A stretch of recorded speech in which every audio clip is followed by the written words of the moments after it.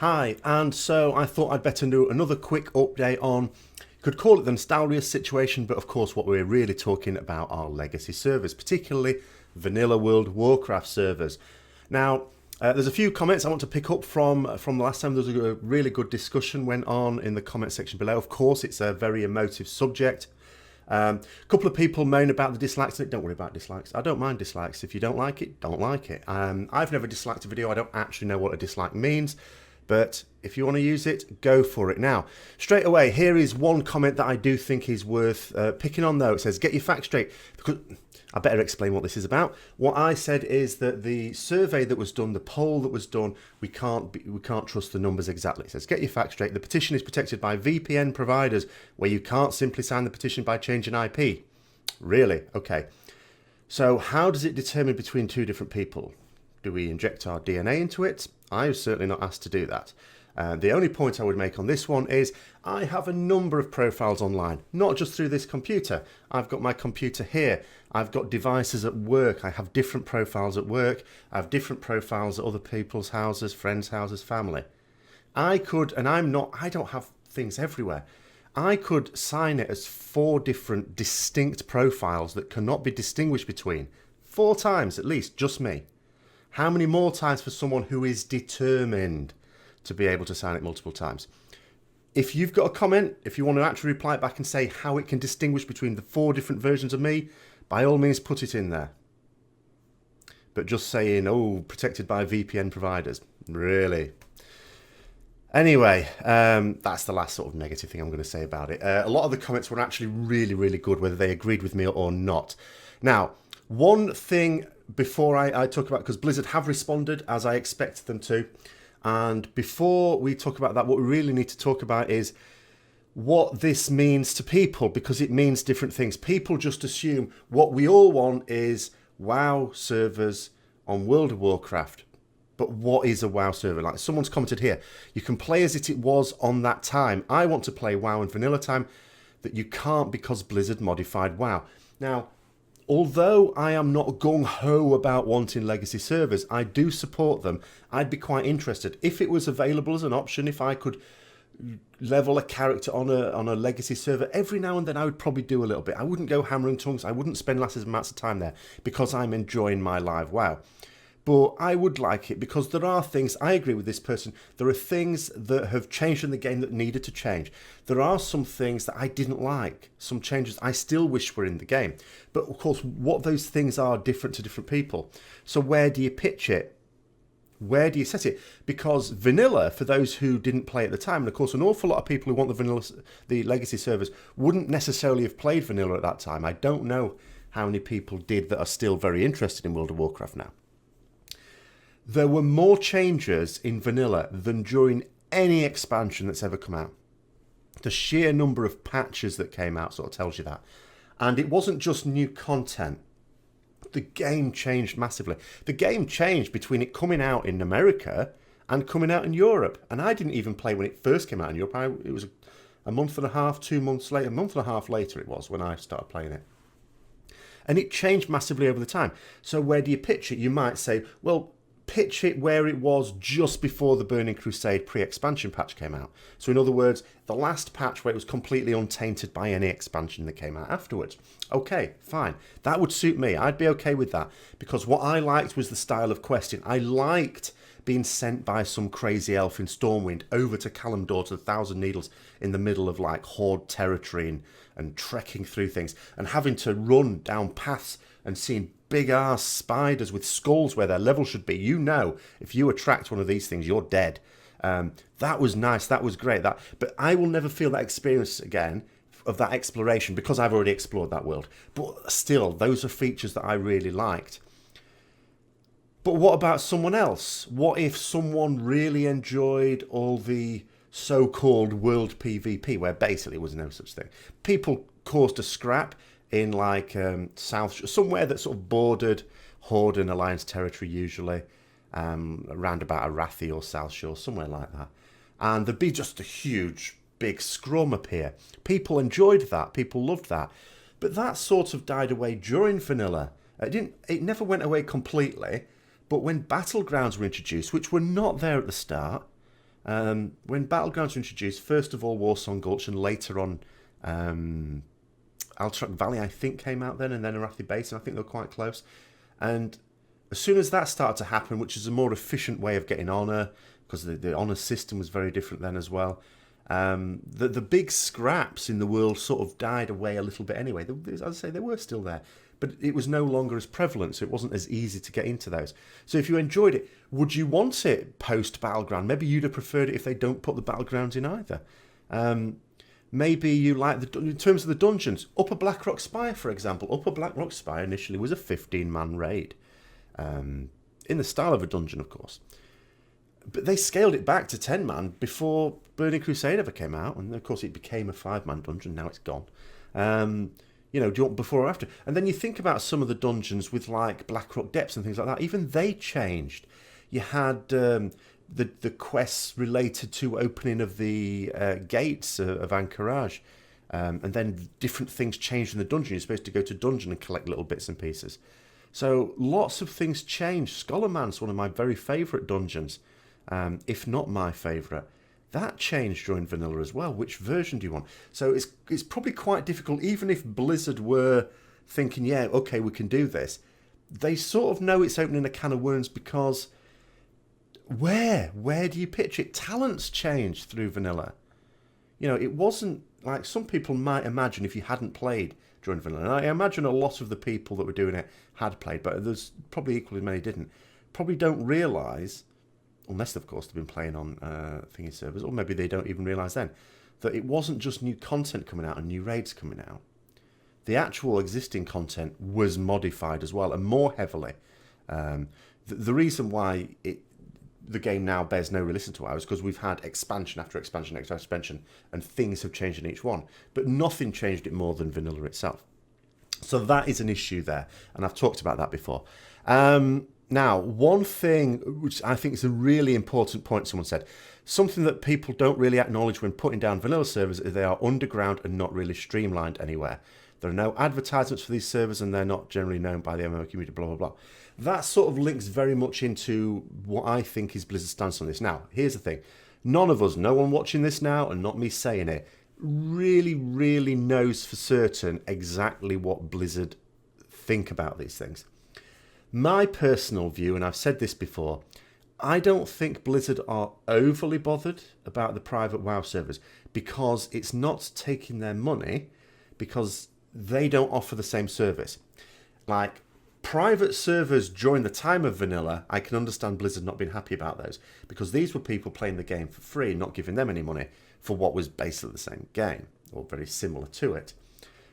Whereas now, Blizzard know if someone is wanting to play Legion, well, okay, they'll be against private servers offering Legion, but against someone wanting to play WoW servers, well, they're not going to get that by subscribing to them. So I don't think they're that bothered.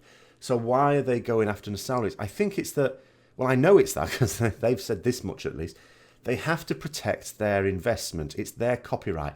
If they just go, yeah, all right, and they don't say anything, and then one day they suddenly need to protect that copyright in court, the court will take the view, well, you've sort of allowed people to get away with it for so long that it's like giving tacit permission to use this old content. So they can't allow that. But I think it's just because it's on such a large scale. So when you're talking about vanilla servers that are like the underground ones that this person's talking about, the ones that aren't well known, more specifically, I don't think they have a bloodhound gang or anything going after these people. I think it's just Nestorius got big and popular and well known, and was basically, a thumb in the face of Blizzard. And I think that's why they go after that. But, of course, so what was this about? In the last video, I was talking about what Nestorius actually said themselves. So what they were saying is, it was basically saying, an open letter to Blizzard, if you like, saying, you've got to announce something. It seems to have gone cold. We had these discussions. You've got everything you need to be able to put legacy servers in. You don't seem to be talking about the issue. Make sure you say something at BlizzCon. Now, there's been a number of comments about what they said. There's been some commentators saying it was unnecessarily provocative or aggressive. In terms of what it was, I said what it was, it's they knew that Blizzard were not going anywhere with it. I said that this is evidence, this is a strong evidence that Blizzard don't want it. We know Blizzard don't want to do it, because when they did talk to Nestorius at the time, they didn't come out with, oh yeah, we think we could do this. They came up with their idea for pristine servers, which is just nothing like that at all. It's not even close to legacy servers, not remotely. So we know they don't want to do it. Okay, we can guess at their reasons. I can guess at their reasons, but they have their reasons, whatever they are. And there was something quite revealing what they said that I think might give more of a lead into that as well. But ultimately what Nestorius was saying is they wanted to box Blizzard into a corner. They wanted to force them to say something so that if it's not what people wanted to hear, there could be a backlash, and again try and put pressure on them to do something. And that is exactly what it was. So, you know, someone's saying here, legacy servers will be announced at BlizzCon. Sorry, they won't. The Q&A at BlizzCon will be fun, possibly. My response to that was, yes, they will surely plan for it, and it will be interesting to note their response. Well, there is now a response. But another little comment before I actually go through the response is, good discussion. I don't share your pessimism, though. While I do agree that the petition and server population are inflated, mind that. The fact that the Blizzard CEO and top developers gave the Nestorius team 4 hours of the day says they are genuinely interested in legacy servers. I would say not. I would say what it shows is they know that this is a PR issue and they need to deal with it. Okay, that's all it was. They're not interested. So let's get on to Blizzard's response, shall we? So those who, of course, are really keen on this will know what this is, but I'll just sort of discuss it with my commentary. It says, hey everyone, we've seen some talk among the community that you might be expecting to hear some news on legacy servers at BlizzCon, and we just want to take a moment to let you know that while we're still discussing the possibility, yeah right, we won't have any updates to share on that until after the show. In other words, nothing at BlizzCon. No announcement, no discussion. If anyone asks a question at BlizzCon in the live Q&A, they're just going to refer you to this statement. They'll have all been told about it. They'll have all been told, anyone asks you about legacy servers, this is the official line, and they'll just parrot it. These past few months, we've been laser focused on the launch of Legion and getting patch 7.1, Return to Karazhan, ready to go. It's almost here. It is now here. Sorry, this is a couple of days old. As well as prepping for BlizzCon, which is always a huge undertaking itself. You've heard us say that the launch of Legion was just the beginning of the story we wanted to tell in this expansion. What we will focus on at BlizzCon is how the team is committed to making sure we bring you a steady stream of content going forward, and we can't wait to share what's next for Legion. Thanks for your patience, and we'll see you at BlizzCon. Jay, Alan Brack, and the World of Warcraft development team. So, 2 things of note here. First of all, there is not going to be an announcement at BlizzCon. There will be a response which will be parrot fashion this, if anyone asks about it. Secondly, there's only 2 ways I see legacy servers becoming a thing. And I know some people are going to respond to, no, there's this overwhelming support for them. Blizzard have to do it. They have to do it. Here is the thing, the way the human mind works. The reason why intolerance, I'm not saying this is an intolerant attitude, having this attitude, by the way, but the reason why intolerance exists, it's part of the way our brain is wired. We are wired to not really understand that other people think differently to us. It's sort of part of the social cohesion necessary for any sort of pack animal. And it has positive aspects in terms of social cohesion, and it has negative aspects in terms of like intolerance of people who are different, who have different views. We see this throughout the world. We're supposed to be intelligent human beings. We should be aware of these things, aware of our natural inclinations, and be able to sort of rise above them. So yes, I can well understand that people who desperately want this to be a thing can't understand why Blizzard wouldn't just do it. And I personally would think that it wouldn't be a massive undertaking to do something. I can see knotty issues. I've talked about those at the start of the video, but I would think it's worth putting a small team onto it. But here is the reason why I do not think it's going to happen anytime soon. For it to happen, one of 2 things has to happen. One, the game has to be basically dying, which is not. It has to be basically dying, and they want to claw back what they can in its dying moments, and that will probably mean reusing some of the older content. That's not happening. The second thing, it has to have its own dedicated team, because you see the comments here. We've been laser focused on the launch of Legion. Yes, the World of Warcraft team doesn't have time to be resurrecting old stuff. They're focused on the here and now. They know from Walls of Draenor they can't just, be complacent. They cannot be complacent. They can't let their standards drop. They're going hammer and tongs in Legion. We see that. Every single one of those developers has to be completely focused on the here and now, not vanilla stuff. That's gone. A lot of them didn't even work on it. It's in the past. So what it would need is its own team. How large a team that would need, I don't know. I can't imagine it would be very large. But here comes back to the comment about it says there's a genuine interest in legacy servers. I don't believe there is. I don't believe that Blizzard can't afford to put a small team, its own team that has nothing to do with Legion and therefore doesn't need to be distracted, can just focus on this, if there was genuine interest in doing it. Because I can't say how many people it would need. 3, 4, 5, 6, 10, 100. It wouldn't be 100. I don't know how many people would need to be in this team. What I do know is that they could do it if they were interested. Get them an office somewhere, this small team of people. They only need to coordinate between the tech guys for making sure that there are servers that we can link up to through our Battle.net.